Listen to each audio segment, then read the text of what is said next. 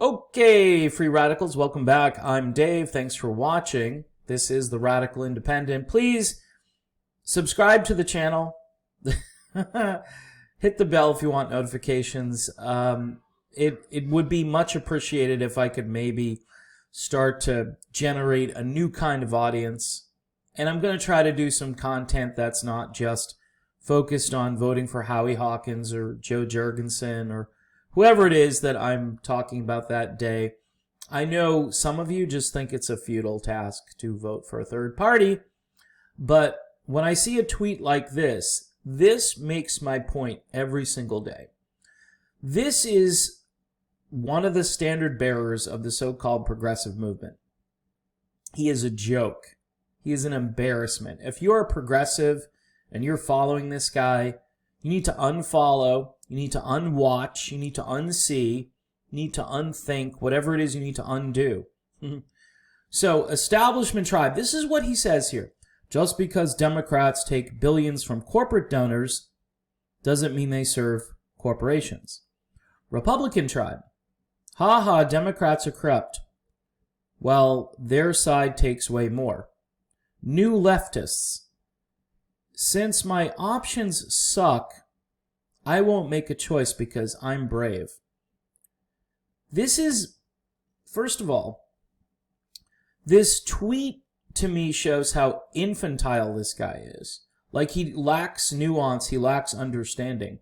When people finally say, I've had enough, and they're willing to get away from the tribes, then that's when they're truly free.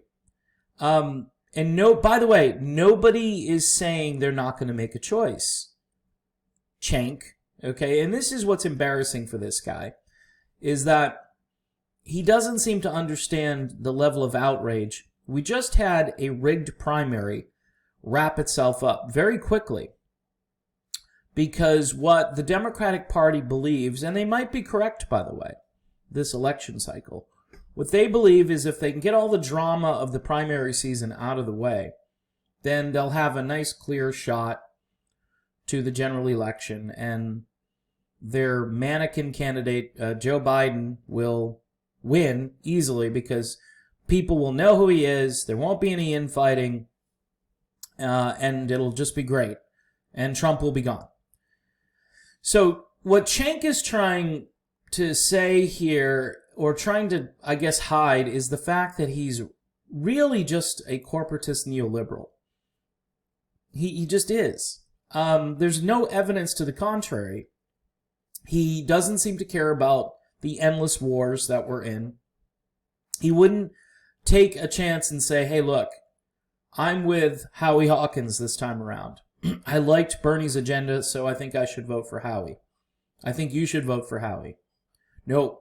This guy is all about the establishment. He wants to be a part of the establishment. He wants to be on establishment television.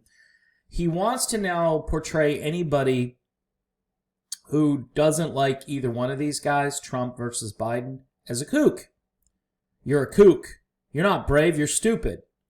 No, this time around, Cenk. See, we did this in 2016 with Hillary versus Trump, and a lot of people went with Trump. The reason they went with Trump is because Hillary, we knew what we were going to get with Hillary. Corporatist, warmonger, donor class, do-nothing president, sit around and be a queen and a figurehead. That's what it would have been. Okay, yeah, you wouldn't have had obnoxious tweets every day, but at least obnoxious tweets are somewhat entertaining. Hillary Clinton was the least inspiring candidate we've had since probably Walter Mondale. I mean, let's just be frank about this. I mean, we've had some real sort of sleeper candidates. Bob Dole, too. He wasn't exactly setting the world on fire. But we've had, dull candidates from both sides of the aisle for decades, and people are like, oh. That's why it kind of irks me when people take a look at Howie Hawkins and they say, well, he's kind of dull. He's not a celebrity. Doesn't bring any name ID. Yeah, but he brings ideas and a real agenda that would change the country. Same thing with Joe Jorgensen if you're more libertarian-minded. And I'm open to either one of them because when they say we want to bring the troops home, I go, Ding, ding, ding, ding. You win the prize. Imagine investing in different infrastructure rather than this constant war-footing, wartime infrastructure. But I digress. I want to talk about this moron a little bit more. The people look up to this guy. He has all these followers. And I don't really care how many followers he has. I don't care how many TV appearances he makes. I don't care about the Young Turks, okay? The Young Turks are a Democratic Party front, all right? And it's like to kind of coax some of the younger voters over. And now the line is, well, you know, if you vote for Biden, Biden might actually adopt some Bernie Sanders stuff. If you vote for Trump, he's never going to do it. This is a joke. It's an absolute joke. You want to repeat history? Look at Hope and Change Man, okay? Oh, everybody voted for Hope and Change Man. The guy who wrote Listen Liberal there, Thomas Frank, he voted for Barack Obama. He regrets it. He understands now. He had all of this, you know, I guess, hope and optimism that Obama would fulfill some of the things he talked about leading up to 2008, 2009. We know where that went. You had 8 years of stagnation, stagflation, whatever you want to call it. You had war and more involvement in war all over the world.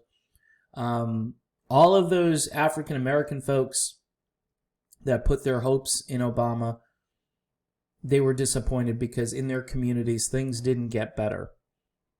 Didn't Obama go to Flint and drink the water in Flint as a stunt? And I guess somebody told me that he probably didn't actually he just put the glass up to his mouth and put it down. That's how scared he was. It looked like he was drinking it and he wasn't. So that's how crazy and sort of elitist these people are, no matter who it is. And there are candidates outside this system that you've got this guy, for better or worse, he's got name recognition. He could get out here and he could say, you know what, I'm done.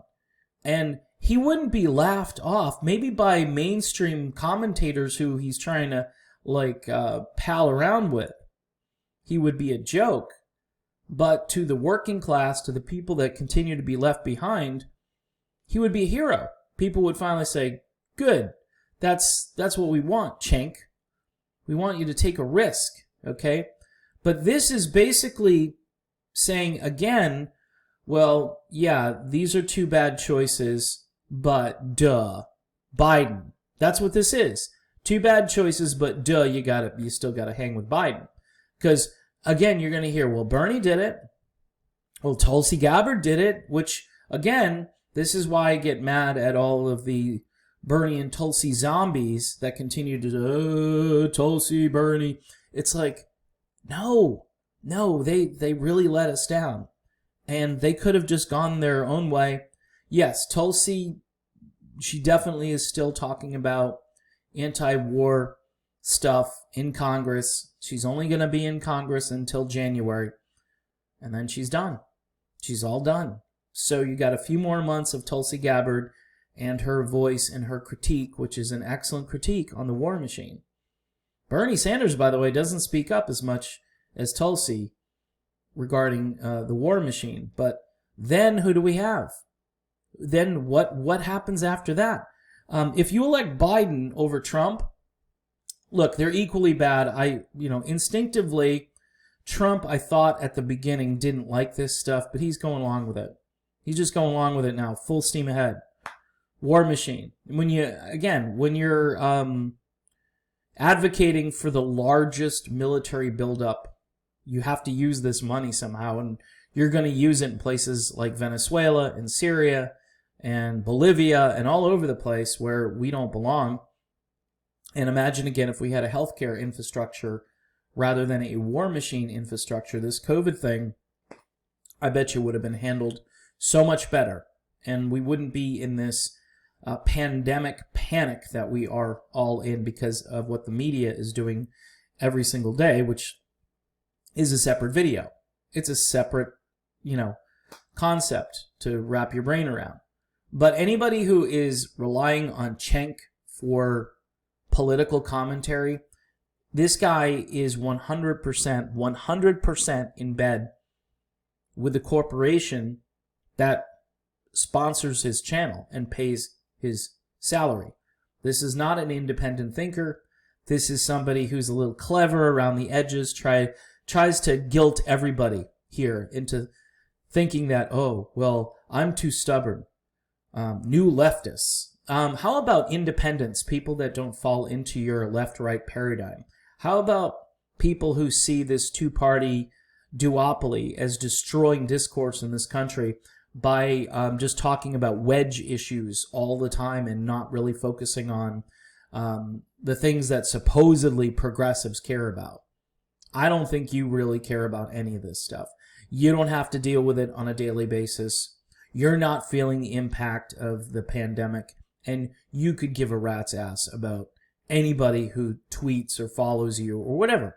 It just, again, is another stupid media figure with a lousy take. And I'm not going to put up with it. I know most independents around me who really care about the country, who understand that we need bold solutions. Again, you can be for the Libertarian or the Green Party. Pick your poison. I'd like to see people go more green than libertarian because, again, the Greens are going to have economic solutions that are all right out of the Bernie Sanders and Tulsi Gabbard playbook. You can just read it for yourself. Go to the Green Party USA. You may not like Howie Hawkins. I really don't care if you like him as a person. I'm tired of hearing people sort of run the guy down when he has been amazingly consistent throughout his political career. And the fact that he's a working class person, same with his VP running mate. Again, two working class people who understand what we're going through out here. And Cenk, not so much. Not so much. He ran for Congress. I think he got beat up in the primary. He just got his butt kicked, and now he's again the king of really bad takes on Twitter.